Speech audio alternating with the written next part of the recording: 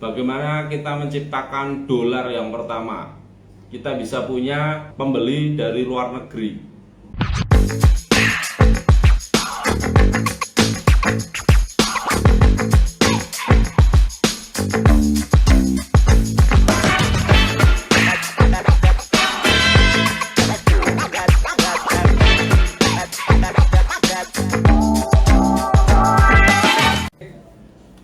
Assalamualaikum warahmatullahi wabarakatuh. Salam sejahtera buat Anda semuanya. Om Swastiastu, Namo Buddhaya. Salam kebajikan buat Anda semua. Terima kasih buat teman-teman yang sudah hadir di acara bedah buku hari ini.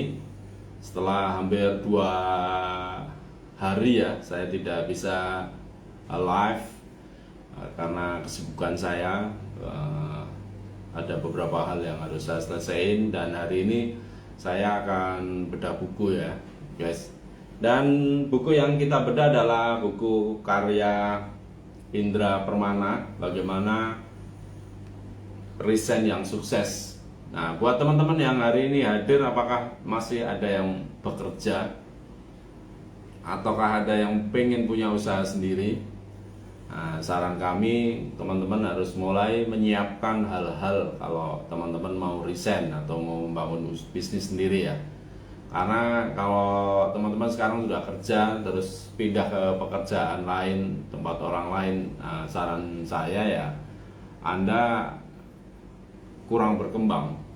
Karena pindah dari satu pekerjaan ke pekerjaan lain, kalau kitanya nggak mau membangun karakter building kita, sangat disayangkan gitu. Makanya kalau di budaya kami, di perusahaan kami ya, teman-teman yang resign, harapan kami ya mereka bangun usahanya,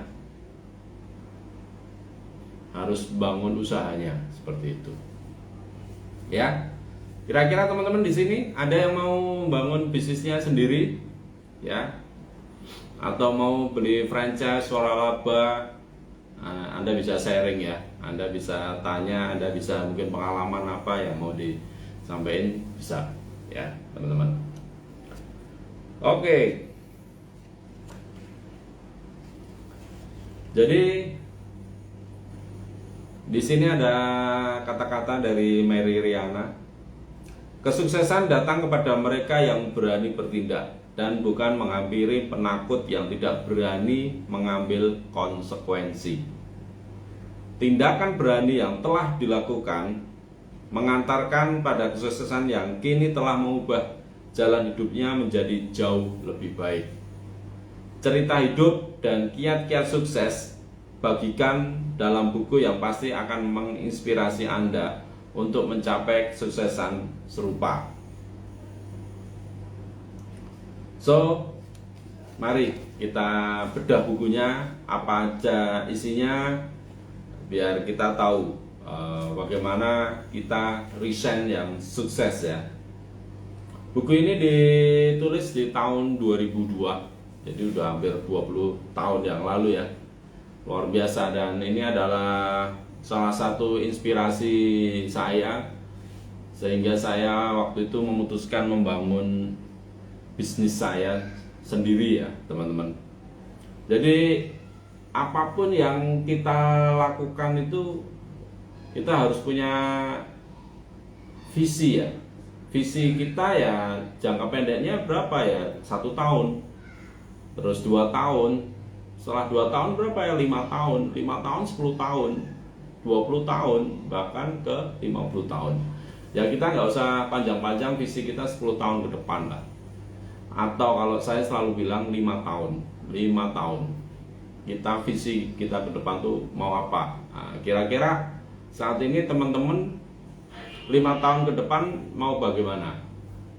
Ada yang sudah punya angan-angan? Bab-bab yang akan kita bahas adalah resign yang gagal, terus bagaimana kita menciptakan dolar yang pertama. Kita bisa punya pembeli dari luar negeri. Jadi kalau kita bisa masarin sampai ke luar negeri, kenapa enggak? Gitu. Teman-teman di sini ada yang punya keinginan punya pasar sampai luar negeri? Hamzah Rahman tahun depan bisa umroh ya. Oke, luar biasa. Nah, pertanyaannya sudah buat visa buat apa? Paspor belum? Kalau belum, ayo buat paspor. Jadi teman-teman yang punya keinginan pergi ke luar negeri, langkah awal apa? Buat paspor dulu. Ya. Buat paspor dulu aja. Paspor kan paling cuma 350.000. Jadi daripada Anda habisin uang 350.000 hanya untuk makan di kafe dan sebagainya, saran saya tabung dulu Anda buat paspor kalau memang ada keinginan ke luar negeri ya, seperti itu. Oke, di sini kita juga di bab 3 mengupas bagaimana capacity, bab 4 tentang courage, creativity, konsistensi, right mindset, right product, right strategi, right system, dan right gratitude. Nah, gratitude ya. Seperti itu. Jadi ini buku ini ada sekitar 170 halaman. Kita nanti kupas step by step ya, teman-teman. Oke, siap? Yang siap, siapkan ballpoint, alat tulis buat dapat yang insight, dapat masukan, Anda bisa tulis ya, teman-teman.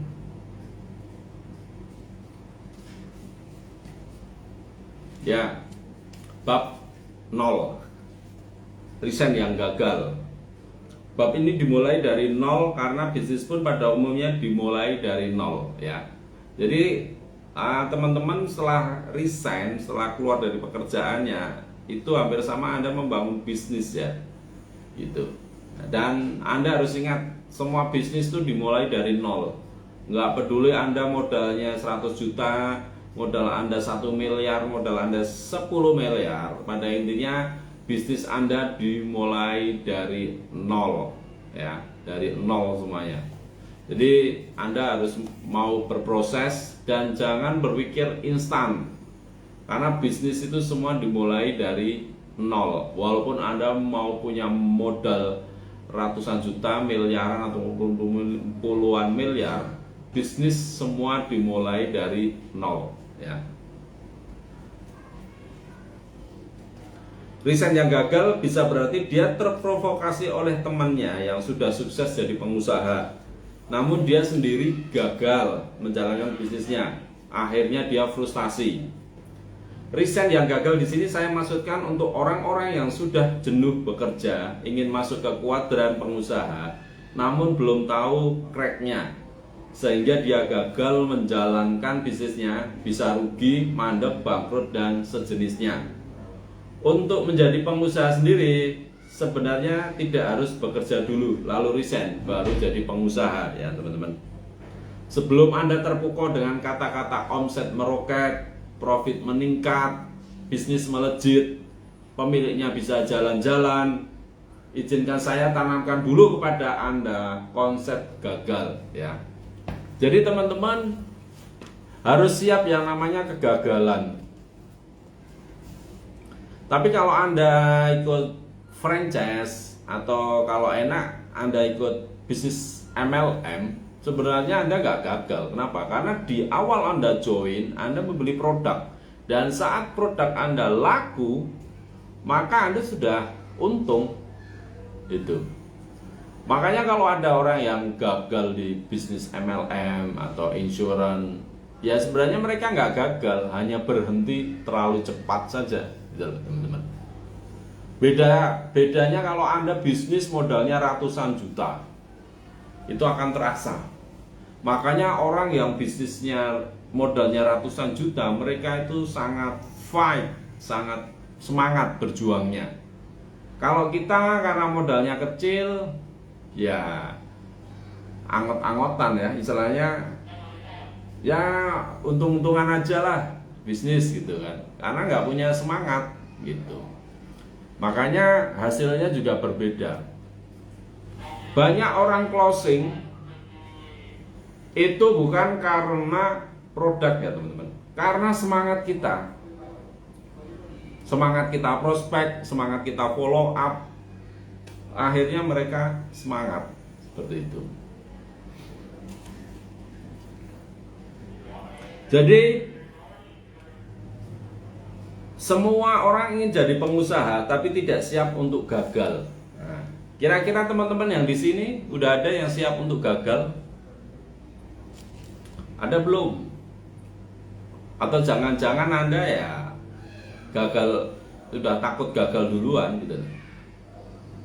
Bisa jadi. Makanya orang yang sukses di dunia ini hanya sedikit. Kenapa? Karena mereka sudah tahu resiko bisnis ya gagal.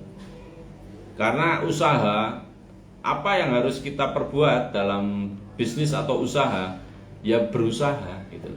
Masalah hasil gagal atau sukses ya tergantung konsistensi kita, komitmen kita.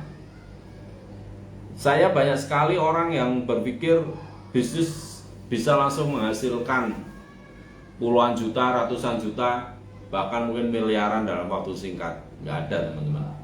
Semua harus berproses.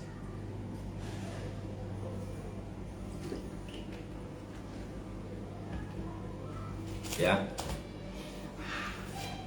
Saya sendiri pernah merasakan gagal, jualan tidak laku, sepi order, ketipu dalam jumlah yang besar saat itu, buka lapak di pinggir jalan, tidak ada yang beli sama sekali, malunya minta ampun, baru mulai sudah berantem sama istri, orang tua dan mertua memicingkan sebelah mata.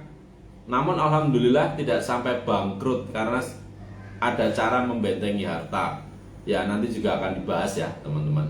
Rugi pernah, tapi masih bisa bertahan ya teman-teman. Itu semua justru membuat saya semakin kuat. Orang yang dulunya pernah jadi karyawan harusnya berpeluang besar untuk tahan terhadap calon kegagalan. Karena setidaknya ia masih punya simpanan untuk bertahan ya teman-teman. Dan sebenarnya menjadi pengusaha itu belum tentu lebih baik daripada menjadi karyawan. Nah, itu statement ya, teman-teman. Begitu juga sebaliknya, menjadi karyawan tidak berarti lebih buruk dari menjadi pengusaha. Semua yang terbaik adalah yang paling bertakwa di sisi Allah ya. Selain itu, manusia yang paling baik adalah yang paling banyak memberikan manfaat untuk orang lain. Karyawan yang bertakwa jauh lebih baik daripada pengusaha yang korup. Dan sebenarnya juga menjadi pengusaha itu tidak lebih kaya dari karyawan. Contohnya saya sendiri, penghasilan saya tidak lebih besar dari dirut Bank BNI ya. Tapi di atas langit masih ada langit. Ya. Hamsia Rahman siap untuk gagal karena kegagalan itu adalah motivasi kita buat menuju sukses. Yes, thank you. Asmira, waalaikumsalam. Andi Ramo, Papua, Jayapura hadir. Thank you, Bu. Bantu tap-tap layarnya, bantu share linknya ke 10 teman Anda minimal ya. Bantu juga share ke 10 grup dagang Anda. Oke? Kita lanjut ya, guys. Sebenarnya itu sebuah masalah mindset, masalah aktualisasi diri. Semuanya sama-sama dibutuhkan. Coba bayangkan kalau semua jadi pengusaha, yang jadi karyawan siapa ya. Kalau perlu sekarang kita yang impor tenaga TKI, tenaga kerja India, atau TKW, tenaga kerja Washington ya boleh. Bayangkan Indonesia sebenarnya sekarang membutuhkan setidaknya 5% dari total jumlah penduduknya.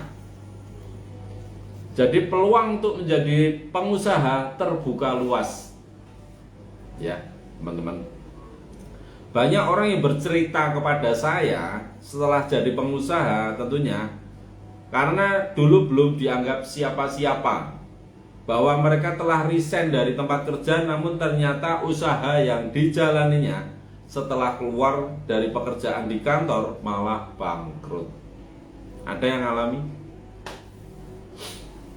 Ada yang ngalami setelah Anda resign dari pekerjaan Anda malah bangkrut?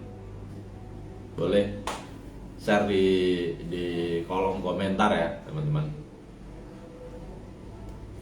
Ada yang frustasi sampai hidup dibiayai dari uang mertuanya.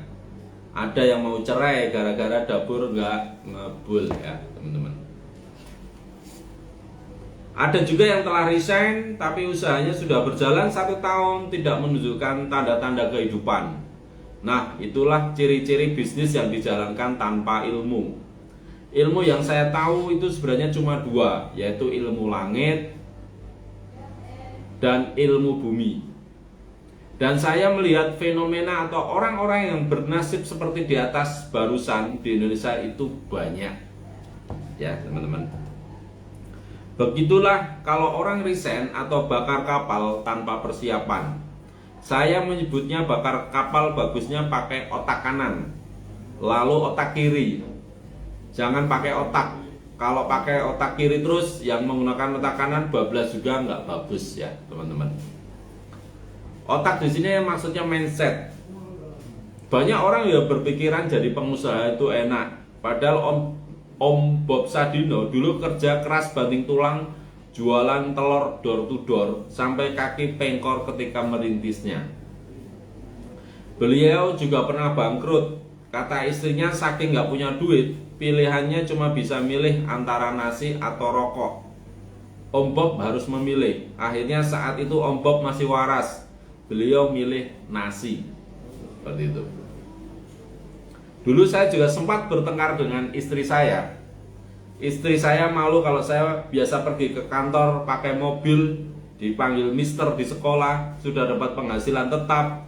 Waktu merintis usaha harus jaga toko, nyapu dan ngepel, ngirim barang kayak kurir atau tukang ojek. Anda siap tidak malu seperti itu? Ya. Hairul Tanjung dulunya juga jungkir balik merintis usaha. Beliau tekun dan ulet jagain mesin fotokopi, jagain warung alat kedokteran. Kalau orang yang mindsetnya keliru tentang jadi pengusaha, maka hal-hal seperti ini akan membuatnya malu atau gengsi. Kemudian bisnis tidak berjalan. Ya.